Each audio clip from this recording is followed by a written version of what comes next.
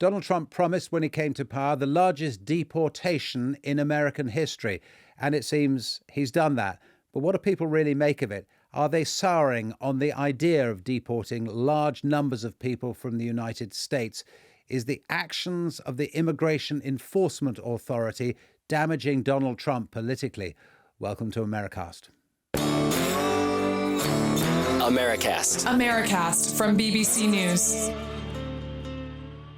Hello, it's Justin in the worldwide headquarters of Americast in London, England. And it is Marianna sitting next to Justin in the worldwide headquarters. And it's Anthony flying solo here in the American headquarters of Americast in Washington, D.C. And before we get into the future of the Immigration and Customs Enforcement Agency, and indeed the makeup of it now and what seems to be going on with it, let's just take a step back, as it were, and talk about how it might have changed under Donald Trump. So they've always been there, these people, haven't they, Anthony? But in a sense, one of the criticisms of them is that they seem to be doing something slightly different.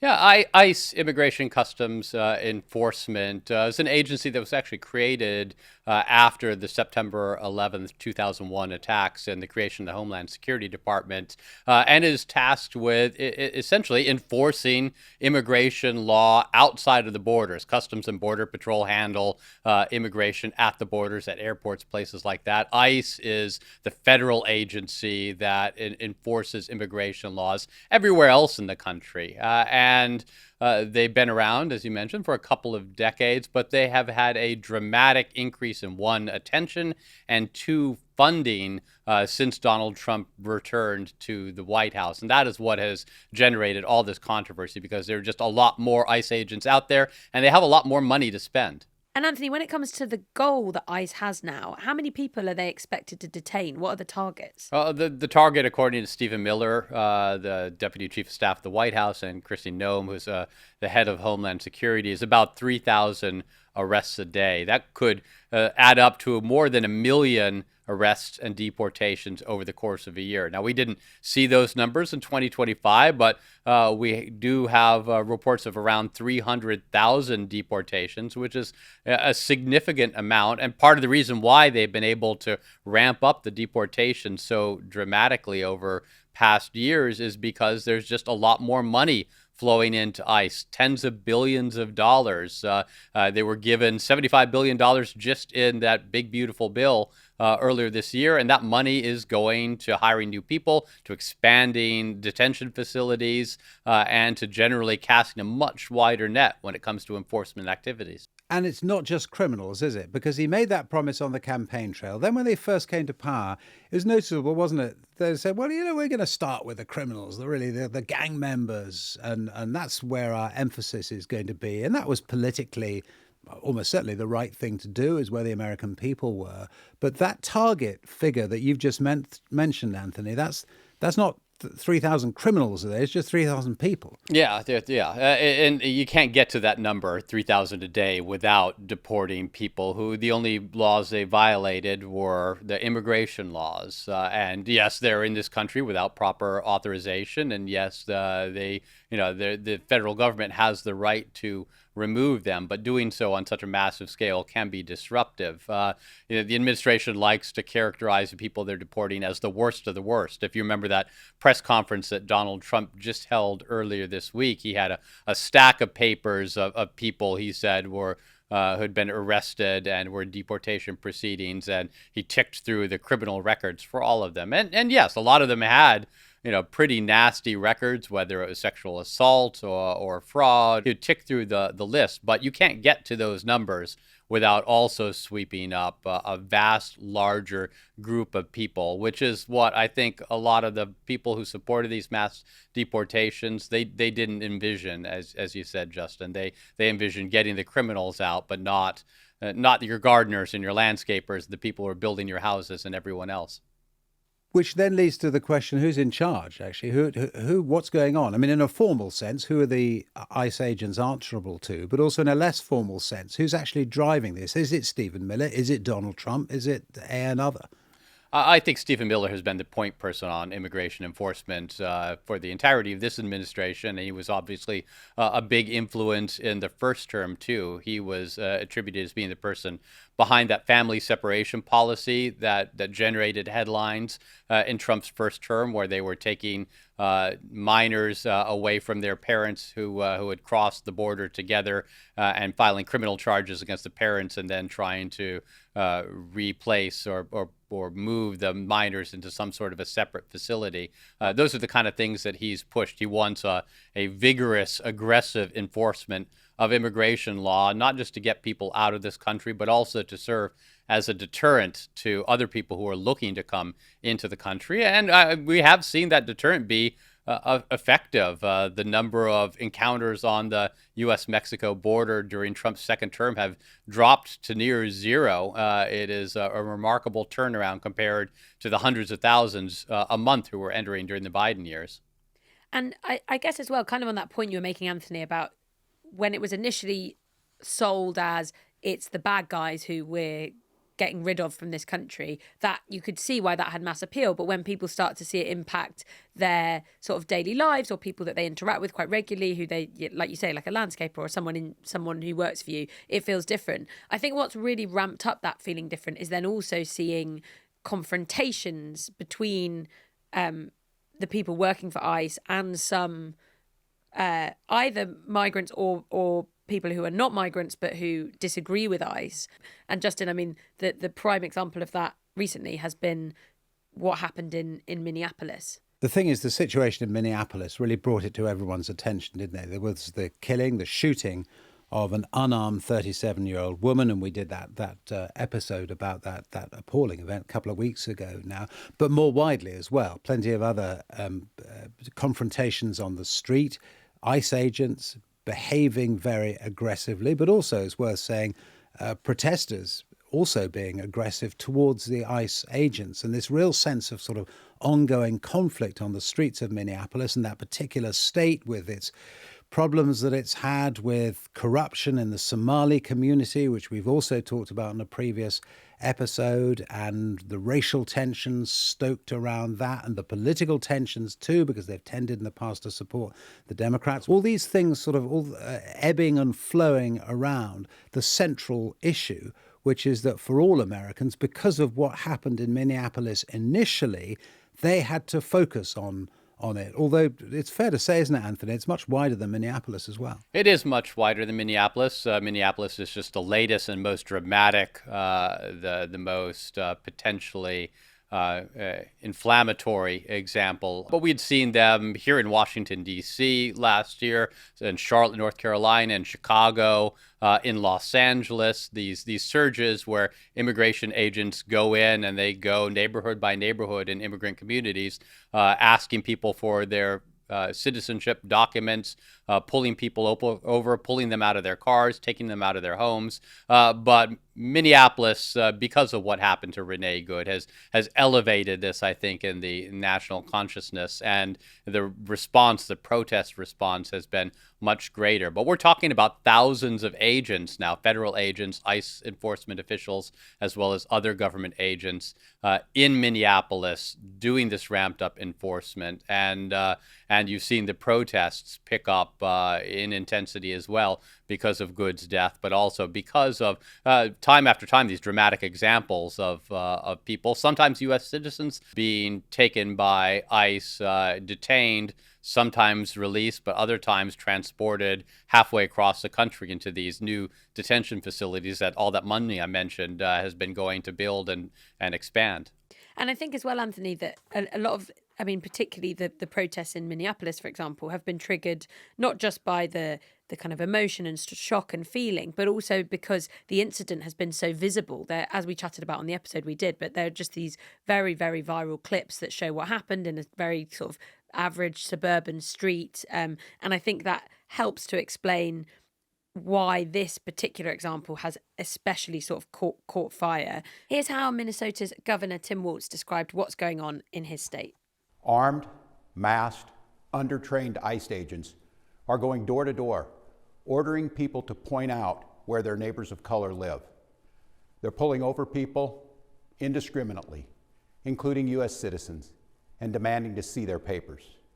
And at grocery stores, at bus stops, even at our schools, they're breaking windows, dragging pregnant women down the street, just plain grabbing Minnesotans and shoving them into unmarked vans, kidnapping innocent people with no warning and no due process.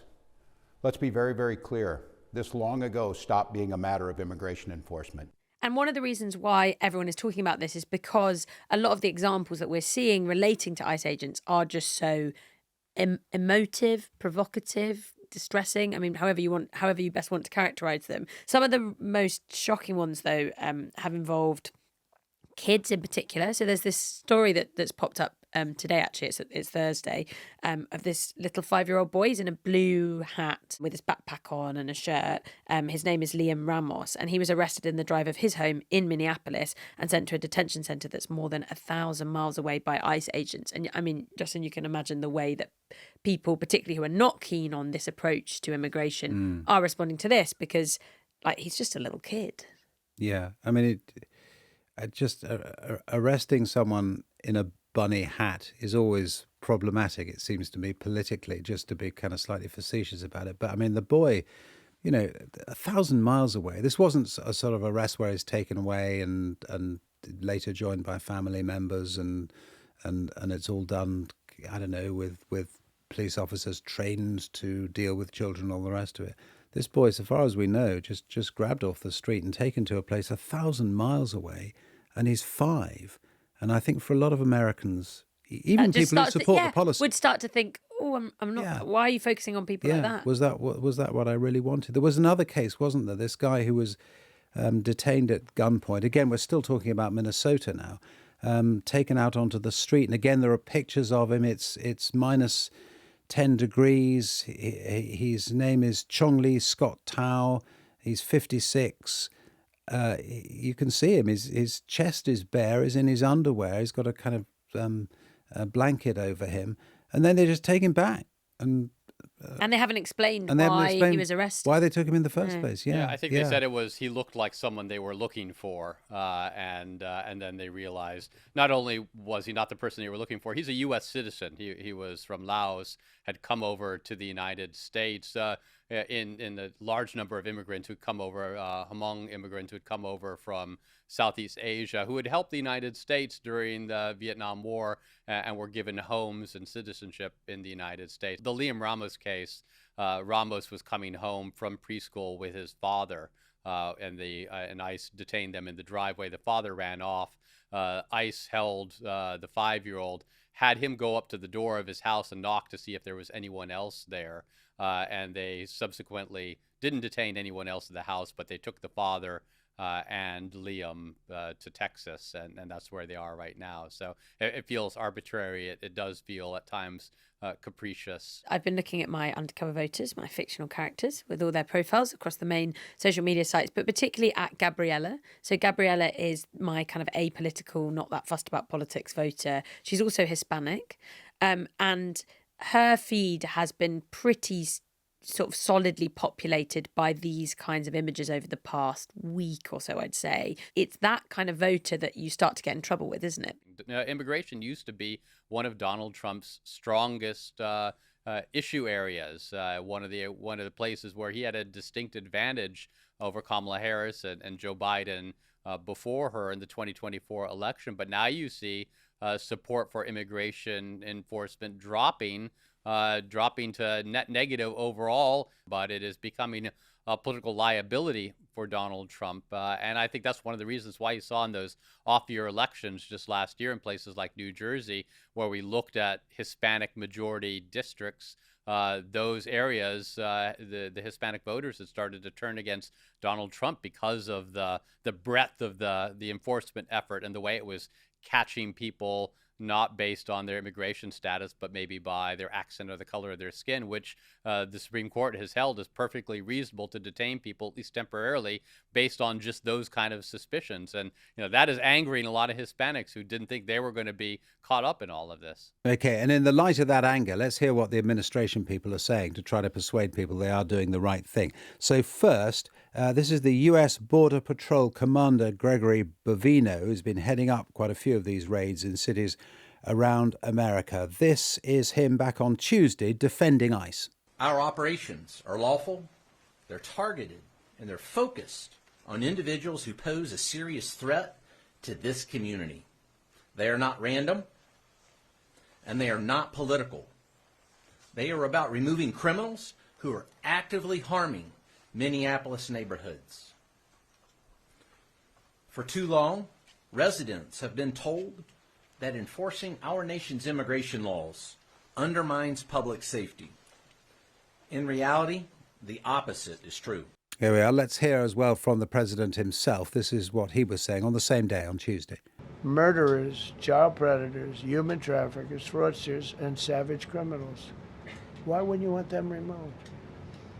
The reason is because these are insurrectionists that are doing this work. And, you know, they're going to make mistakes sometimes. ICE is going to be too rough with somebody, or, you know, they're dealing with rough people. They're going to make a mistake sometimes. It can happen. We feel terribly. I felt horribly when I was told that the young woman who was had the tragedy. It's a tragedy. It's a horrible thing. Everybody would say, ICE would say the same thing. But when I learned her parents and her father in particular I hope he still is, but I don't know, was a tremendous Trump fan. He was all for Trump, loved Trump. And, you know, it's terrible. I was told that by a lot of people. They said, oh, he loves you. He was I hope he still feels that way. I don't know. It's a hard situation. But her father was a tremendous, and parents were tremendous Trump fans. There was a tinge of regret, I suppose, or emotion over her situation, but standing by what immigration authorities are doing and trying to characterize them as getting the worst of the worst, and ticking through all of these examples of violent criminals who they have rounded up. What they don't mention, of course, is that it's more than just that. And to hit these numbers, as I said before, you have to start getting people like 5-year-old Liam Ramos, in addition to people who have criminal records. Okay, this is a really good moment to go to our guests. So Marianna and Anthony have had to go and do other things, but I am joined by someone who's not only worked in US Homeland Security for many years, mainly as a lawyer, but also, and here is the crucial point, was in charge of all ICE operations as the acting director of ICE under Barack Obama. John Sandweg is his name, and John is on the line. Thank you very much for sparing us the time. Really good to have you on. Yeah, Justin, thanks for having me. I want to start with a question, actually not from me, it's from a listener. It's from David in Preston. My question is about the training that ICE agents go through.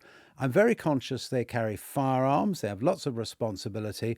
I read online, says David, that they only do 47 days of training. I wonder if this is actually true. How does it compare to other law enforcement agents? Tell us what the training used to be and what it is now. Yeah, it used to be, Justin. So historically, it was a 13-week basic training course, and then you get out in the field and you get additional training, right, as well as in-service training as you go forward. Here's what's going on. The Trump administration, though, has got all this money from Congress and this big, beautiful bill, right? The Trump administration gets in as part of the president's legislative priority. He wants to massively expand ICE, and he wants to expand it, obviously, in the long term. And I think there's a strategy behind this, which is to turn ICE.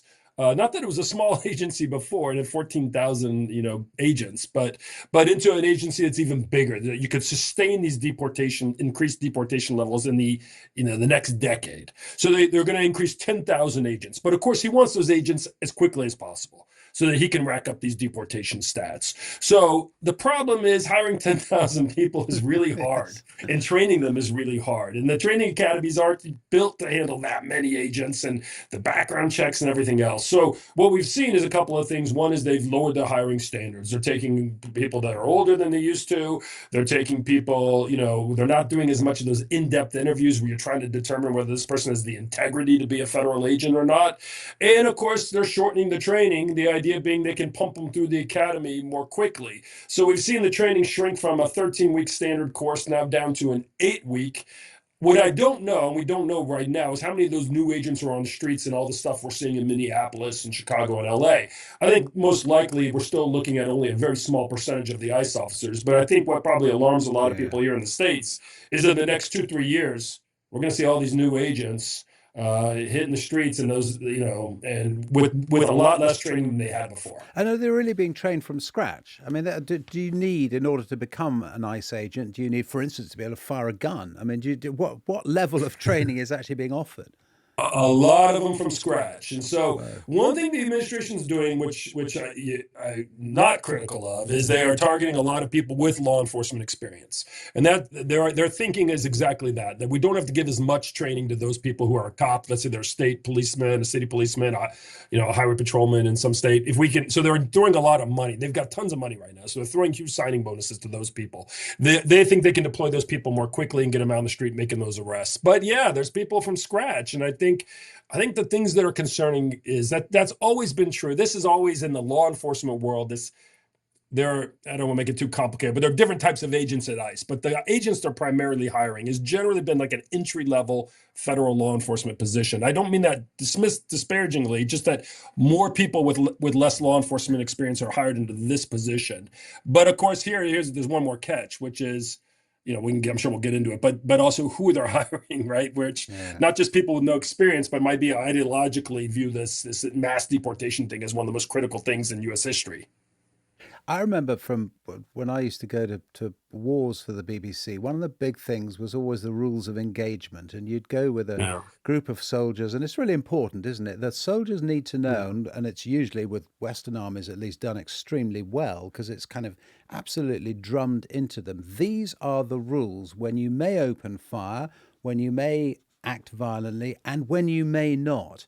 And I just wonder what those basic rules are for an ICE agent. Never mind whether they're being kept to or not at the moment. But first, what are the rules of engagement? If you go out on the streets and you're meant to be looking for people and deporting them, what are you allowed to do or not allowed to do? Yeah, so the use of force rules are pretty much the same in every U.S. law enforcement agency, including ICE. Of course, where the rubber meets the road is in how you deploy those, right? How those individual officers make those decisions. So just quickly, the rule is you're not to use more force than is reasonably necessary. You're to try to de-escalate things first. And when it comes to lethal force, you can't use lethal force unless you have an objectively reasonable basis to believe that there's an imminent threat to your life or the life of others, basically, that's the standard. The problem is this, and this is why I think people are just so shocked at what they're seeing, is how the administration is deploying these agents. So immigration enforcement and ICE have been going on. It's always a little bit controversial because immigration enforcement is controversial in the United States. But the way in which ICE was deployed was much more quiet and targeted and specific. And most of ICE arrests, candidly, are happening from people who've been arrested by other agencies. So ICE would be picking up people in prisons and jails, or primarily picking up people at the U.S. border who the Border Patrol had arrested. But this administration is putting them out there in a very public manner. And you're triggering, in a way that's triggering a lot of these protests. And now you're having these encounters between these ICE agents and these protesters. And I think the problem is not the rules of the use of force, but these agents are out of position. They're just having to encounter circumstances like the situation with Ms. Good, that they just don't have as much experience as other law enforcement agencies. It's not that the rules were different. It's just that ICE agents typically are not encountering people in motor vehicles. And I think that is where a lot of the concerns are arising, is how they're being deployed and the fact that it's inconsistent with what they've been trained to do, because this is not, we're using them in a way that they haven't normally done. Yeah, that's really interesting because, I mean, it's customs and immigration, isn't it? And presumably before there was a lot of customs work as well, which would have involved not necessarily anything violent, but actually trying to work out who was smuggling what and where it was ending up and all that sort of stuff. Justin, I think this is a huge issue that's kind of being neglected on this, which is that this administration is so focused on these deportations that one of the things they've done is they've pulled, half of ICE was always focused on criminal investigations. And you're exactly right. Customs related stuff, smugglers, drug cartels, money launderers, anything really that crossed the border. Including investigating banks who are knowingly laundering money for the Sinaloa drug cartel, or even saving children who are being exploited. I mean, and one last thing, most critically, is, of course, the illegal export of U.S. military technology to countries like Iran and North Korea. All right, so what have they done? They said to the agents, hey, guys, that's not as important. We've got to get these immigrants off the streets. And no, that's kind of lost in this, is that we've pulled these 7,000 agents at ICE who really were just focused on those national security, public safety things.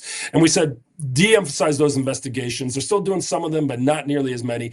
Get on the streets of Minneapolis and get those immigrants off the streets. Candidly, they're doing it at other agencies too. They've got FBI agents deployed to ICE. They have DEA agents deployed to ICE. I think there are serious questions about when you look at just like what is the public safety impact of arresting someone who's been in this country 20 years and has no criminal history versus getting that investigation to get someone illegally exporting microchips to Russia that are used in drones. But that is a reality and something I think, frankly, the media here in the U.S. hasn't focused on as much because I think there's a real national security impact to that. Yeah, that's really interesting. So some organized, really serious crime might go by the board, as it were, and not be properly investigated, but because in part of this emphasis.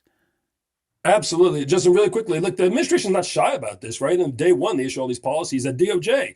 Immigration is our highest priority.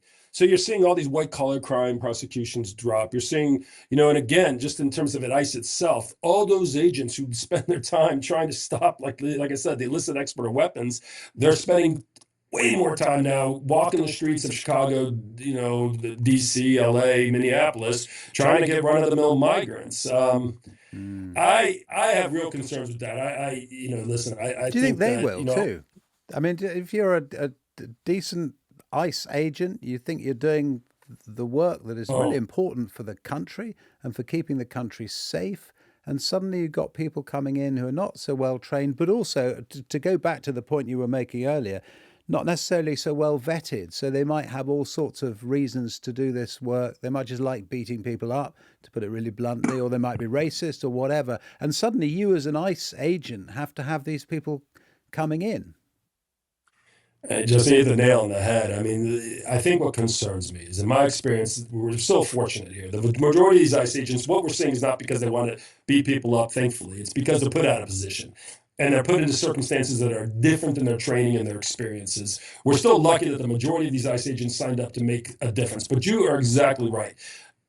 I know from just the conversations I have with current people, I know from conversations I have with former people, there's tremendous frustration. There are people at the agency who say what we're doing, we are ignoring critical national security and public safety crimes, right? And to focus on just run-of-the-mill migrants, and we're undermining our public safety result. And unfortunately, Justin, what we're seeing is a culture change at the agency. Those senior mid-level career public safety, law enforcement, those cops, right, who are the mid-level supervisors at ICE, they're getting pushed out. They're being pushed out, they're being marginalized, and people who are ideologically pure are being put in. And that's when it gets scary, because that's the culture that really, you can write all the policies you want out of Washington, D.C., but it's about that culture of the people in the field. And when you start losing those responsible, really public safety-minded, focused people, you're taking a major step back. And let me just say one last thing. I mean, my frustration is, we're using ICE like it's a political weapon, right? In a way that's advancing a political agenda. But ICE exists to protect, to make America safer. The United States of America, not just red America or blue America. And unfortunately, while there's a lot of agents who feel that way, I think they're becoming an extinct species at ICE. Is the sad truth. And I do worry about that in the coming years. There has been a call, hasn't there? Well, it's come from the Minnesota governor, Tim Walz, but others as well, saying, well, at the very least, they ought to be filming themselves as they go about their work, as some police forces do. But they don't generally at the moment, do they? Can you see that being anything like a solution or a partial solution? I think it's a partial solution. I think it's an important solution, right? In my experience, there's always a little bit of resistance initially with body cameras. So, it is a growing trend in the United States that every law enforcement officer wear a body camera. ICE, historically, there was a little bit of resistance, but they've adopted the technology. And to be fair, they are rolling it out on a nationwide basis. In my experience, oftentimes it does defend the officer. But, again, at the end of the day, Justin, even with the body cameras, it's about accountability. And I think one piece of this that a lot of people have covered is this administration has dismantled the internal watchdogs and apparatuses that used to keep try to regulate how ICE does its job. And obviously the administration is sending us, Stephen Miller and Secretary Noem and the Vice President are really aggressively encouraging kind of the aggressive tactics they're seeing and promising the agents they'll be getting immunity on the back end.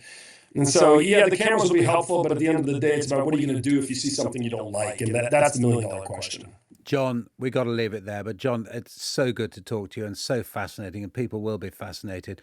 And to some extent, I think a bit horrified about some of the things you've told us. John Sandweg, thank you very much. Thanks, Justin. Thanks all. That's all for today. You can, of course, get any of our previous episodes wherever you listen to your podcasts. But for now, from all of us, bye-bye.